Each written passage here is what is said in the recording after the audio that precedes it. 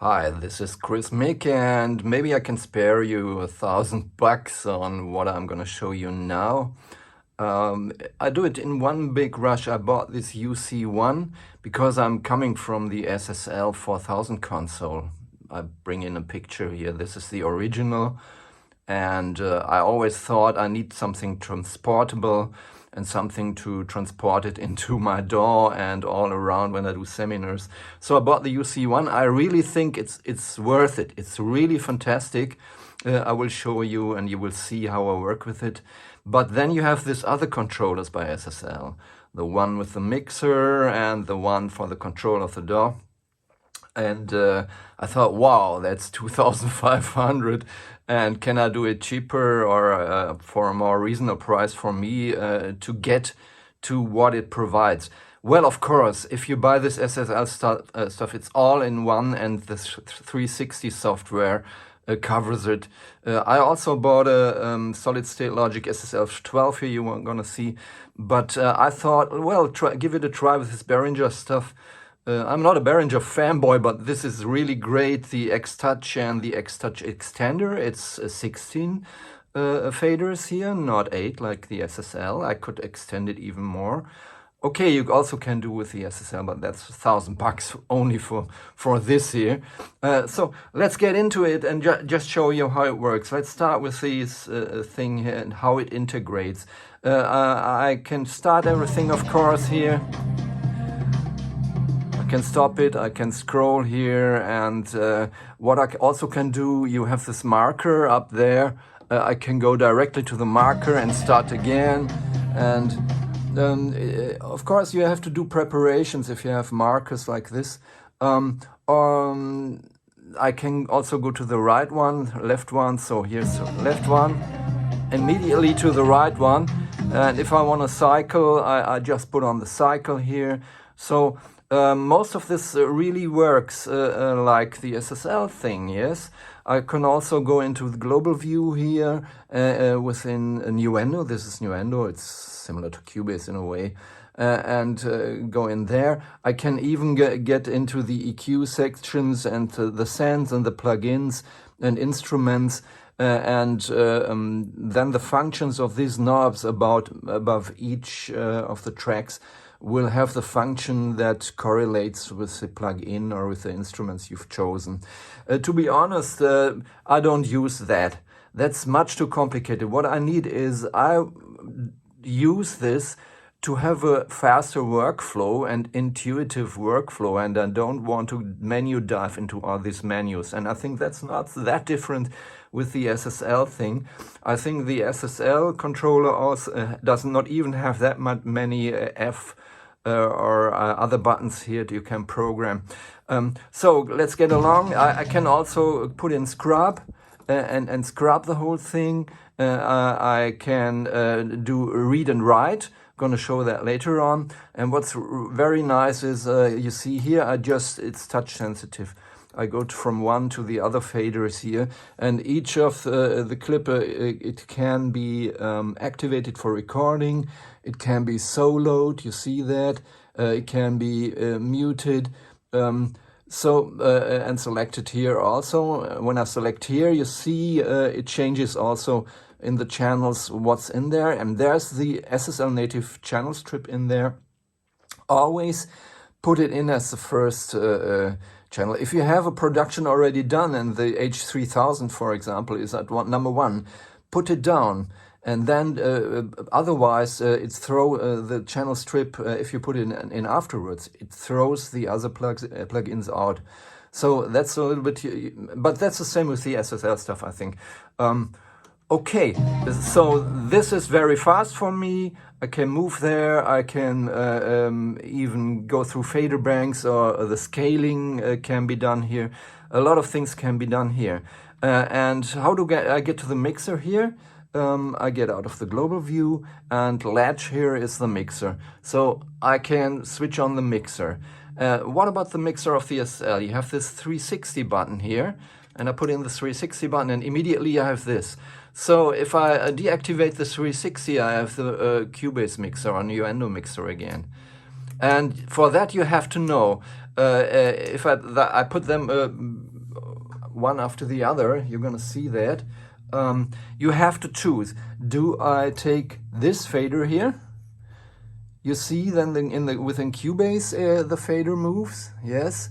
Or do I take the fader of this one? And in this case, only the fader of the channel strip of the SSL moves. So you have to decide, do I stay with this fader or do I take the fader of the UC1 to manipulate the faders of the SSL 360 desk here? It's not correlated. I would like to have, I move this fader within Nuendo and the fader within the SSL moves also.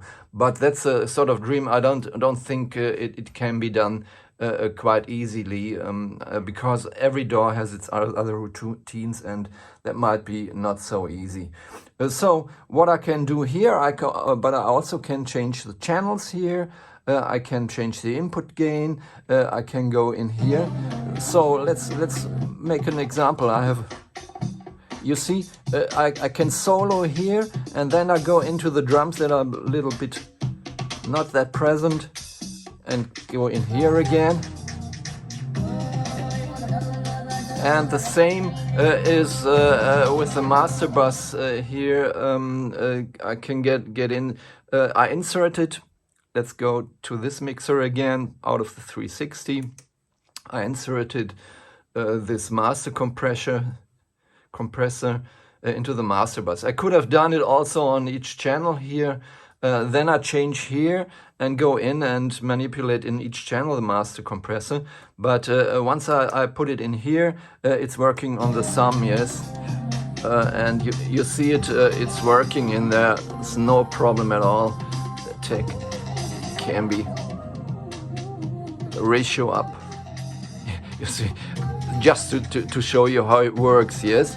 And also here you see now the fader here is moving by doing this here. I can do it also here if I go back, latch to the other mixer by Cubase, go out of the 360, latch Cubase. See, it's very fast. And go to that again here. And if I want to automate it, let's go to that. Can I automate this? Can I automate this? That. In this case here, it's quite easy. I just put in right, go to the left marker and move the fader. And once I move the fader, read is on automatically. I'll go back to the marker and you see that the fader moves automatically here. You see that? So the automation I do with that here, but what about the automation in the SSL? I go back to the 360 here and it's not possible from this window. And this is a little bit, yeah, I don't like it that much. You have to go back into the native channel strip, so the plugin that's inserted in this track here. And then you have this read and write option. And then you can do the same procedure here, go to the left marker, go to the start and move the fader here. You see the other fader is still moving, so I have sort of many things going in parallel. And once I go back, let's now have a look up at the filters and the faders here. You see now this is working and this is working totally independently. Yes. So that's just a little insight on what you can do. There's much more you can do. But in the end, I thought, is it worth it? Is it worth... Of course, I can do the same with the compressor in each channel strip here and all these things. I can solo it, I can cut here. If you work with this combination of... I just started it.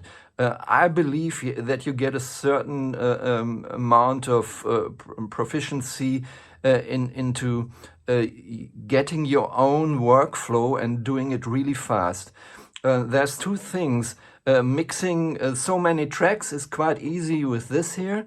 And I don't like to switch again like with the SSL, or I have 2 or 3 of them. I take this Behringer stuff and the other thing is when you're coming from a real mixing console like the SSL and you have this, it's much No, I was really astonished. I mean, I have everything. I have the isotope ozone. I have Kirchberg. I have all this EQs and this complicated stuff. I don't know. Just have a look here. How many delays, for example, or all these things we all have, or the EQs, for example. These are only EQs. I don't use it anymore. I just use this here. This is the core of my thoughts. This is enough for me to do a good mix. Yes? And that was the same with SSL in Townhouse Studios in London when they started. They made this channel strip with everything inside and even the compressors. That was never done before. And you know this Phil Collins Genesis stuff, and everything was made with this SSL 4000s. You can also change here to the 4000G and other ones. But the thing is, it's much more listening. It's not so much seeing. When I look here, okay, I like that they show how many dBs it is. Yes, I don't see it in here, but it's so easy. Do different filters, and the whole workflow is so fast, and the result is great. That's what I like, the plugin. I also have the Brainworks one. This is also very good, but it doesn't run on this one here. But the whole thing is like working on a real console, and I can take it and bring it somewhere else, yes, to mix something. Of course, there are many other plugins that are very useful, but I found I always get back to this, because you listen to one thing and immediately you hear what's going on here. And what, of course, you have to do if you work with something like that, you take easy to remember golden rules of EQ, for example. Where are the magic frequencies? The kick is bottom at 80 to 100 Hertz, hollowness at 4.3 to 5 kilohertz, or the snare fatness at 120. This is just to get an orientation. Of course, it depends on the sound you're having here, especially when you work with plugins. But it forces you to think about what you're doing and not trying presets and whatever. So this is somewhere in between this preset thing and working with a real console. And that's the reason why I think it's worth it. And I don't need all the other features, especially of the DAW controller SSL makes, if I have to pay 1,000 more. So this is really great for me. And I can do this complex things here like that. Yes, and everything works absolutely out of the box. Yeah, so it's really nice. I recommend you, if you have some of these controllers, use them. They're not that important, but the UC1 for me is in this triple they offer, is for me the most important one and very nice. I hope it's some fun, it spares you money, whatever. Of course, you may have a different opinion. Of course, if I had 1,000 grand, I won't invest in my synths here. I would buy, or if I would start, I would invest in the whole SSL thing. But if you don't have the money and have something like this, you now know this combination works very well and brings you 80–90% to where you can be. Instead of paying 1,000 bucks more. Thanks, a lot of talking, but yeah, it's fun, yes? Here we go.